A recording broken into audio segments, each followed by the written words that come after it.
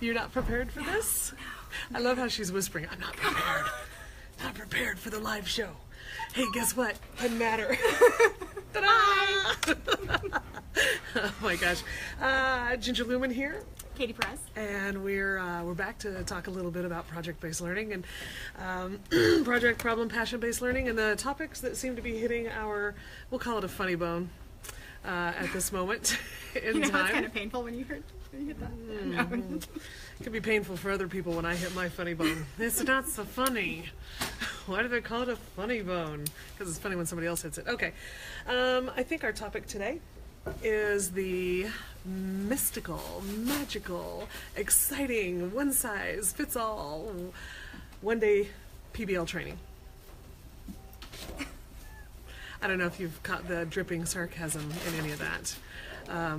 But this thing, yes, it would be truly magical if you're, if you could bring in all your K-12 teachers at once into one cafetorium area and have one person stand in the front of the room and tell them everything they need to know about PBL in 6 hours, and they'd be able to go back home and be amazing at it. Gosh, wouldn't that be mystical? It'd be amazing. You know what? It'd be also amazing if we could just bring in, okay, we're better than K-12. We'll split out elementary and high school, and still one day we're going to get it, right? Because I've learned everything I've ever learned in my entire life the first time. Sitting in a cafetorium, Right. Or worse, an auditorium. But I love those places. I love to work in those places. I'm not going to lie. But those are not where we want to spend the whole day and then leave at the end and say, all your teachers know exactly what they're doing. Go. Good luck. Off with ya. You know, that's just not going to happen. Especially, I mean, it does work if it's a simple strategy. If it's something that I just learned this one little thing and then I'm going to apply it like so much paint to my kids in my classroom, and everything's going to be better. That's not PBL, y'all. PBL is complex, it's messy, and it's very different than what we were ever trained to do with teaching and learning. Yes? I think it's the elementary. I think it's the true application of what we were supposed to have been trained how to do in teaching. Right. She's so politically savvy. I am. So she went to school more recently than I did, so perhaps she went to a better school. Rock chalk. I went to. No, but I know the constructivist view. I mean, that's all PBL is. So it's. Right. But then we never applied that. So we were taught that theory and then never given the chance to practice it.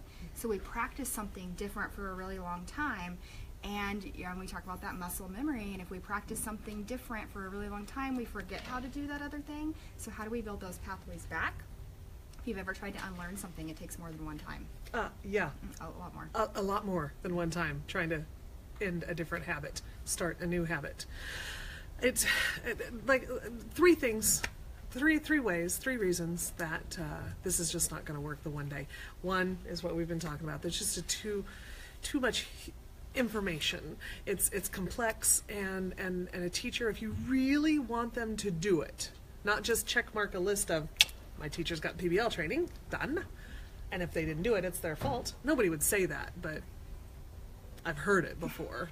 Anyway, so they need time to process it and practice it, and they'll have different levels of engagement with it. Some of them are like, yeah, let's do it. Some are a little more hesitant, and some are like, let me watch somebody else do it for a while. And you know what? That doesn't mean they're bad teachers. That's just who they are, and they need that time because, as I say, like a rant, is teachers teach how they're taught. Teachers teach how they're taught. If you want your teachers to do something different, do something different.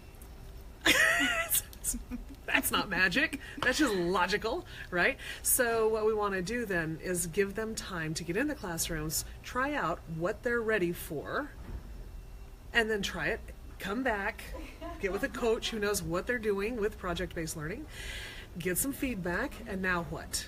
Because even if I'm back in the classroom, teaching my own classroom, I'm still going to want somebody to come in and say, hey, what'd you think about that? What is your, and to run that with somebody else's brain to see how I can continue to improve.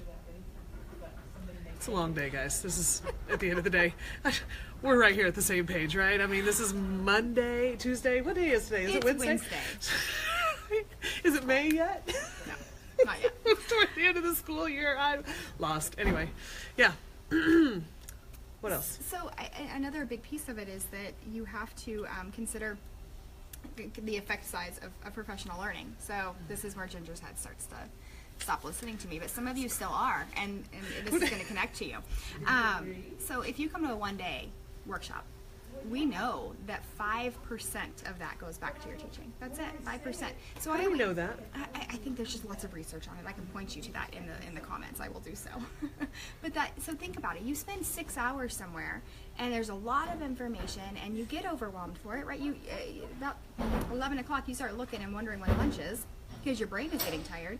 I always tell my participants at the end, and participants, because they were doing something during the learning. They were participating in their learning? They were. That if you take one strategy, one new idea, one thing away from today, then today was a success. But then you have to kind of pull forward, because it's hard to go back to your classroom if the classroom doesn't look different and do something new. So what we know from what research on professional learning shows us is that 5% is that one-day workshop. But if we add practice into it, we go up to 10%. Okay. Yeah. Okay. And then if we add feedback, what do you mean feedback? like I got to practice it and I got a little bit of feedback from it. Oh, I got So maybe quick. Let me run this plan by you. So, hey, Ginger, I attended your PBL one-day thing, and I'm here to plan. Can you look this over and provide me some feedback? We're up to 25%, ladies and gentlemen. Whole 25% effect in your classroom. The difference, the one thing that makes a difference, coaching and mentoring, 90% learning applied to your classroom. It's that ongoing piece. So think about the way you teach your kids. If you got up in front of your classroom and you introduced something one time, what are they going to take back and apply in their learning? If I introduce it and provide some feedback, do you see an increase in student learning? And then if I sit alongside you and I walk you through it and I help you and I coach and mentor you as you're a fourth grader learning how to do some new math or some new reading skill or a new social studies piece of content, I'm helping you along the way. Oh, our kids learn. So it's the same for us. Sounds like PBL. It does, doesn't it? You make my little rants of teachers teach how they're taught like scientific. Thank you. Yeah, right. But I think about it for myself, in this position we're graced with the ability to constantly learn something new, and I'm just highly experienced today of thinking, I need to learn something new in this area, and I went over and just asked Jane, hey, can we have a half a day together that we can sit and I have questions and I'd like to learn more about this, and then I want to spend some time thinking about that, and then later let's meet again and see where I've come from there. To think that we don't need a coach because we're the teacher, it hurts my little teacher heart, I think. So if you are an administrator listening, listen, and share this with another administrator who they haven't already drank the Kool-Aid. Because my guess is if you're listening, you've already drank the Kool-Aid, and it's yummy. and you believe that project-based learning is something that's, one, valuable, and two, takes time to learn. So share this with somebody else and let them consider it as well. Consider the teachers teach how they're taught, and consider what research shows us. If you are a teacher who believes this, share this with someone who is a decision maker in your area and say, what do you think about this? Are these ladies totally crazy? The answer is yes, but crazy about learning. We're also right. Crazy about learning. Come buy our car. We're crazy. It's that. It's 5 o'clock. I really do know what day of week it is. Wednesday, right? Okay. Anyway, appreciate you guys listening in on these. This is coming through our Life Practice PBL page right now. I'm going to go ahead and share it online. Are you going to share it on yours? I will. You're just going to make me tag you on it, and it goes that way? Yeah, no. Yeah. And so if you haven't, like that page, because there's a lot of videos like this. Not quite as exciting because not all of them are done with this one. They should be.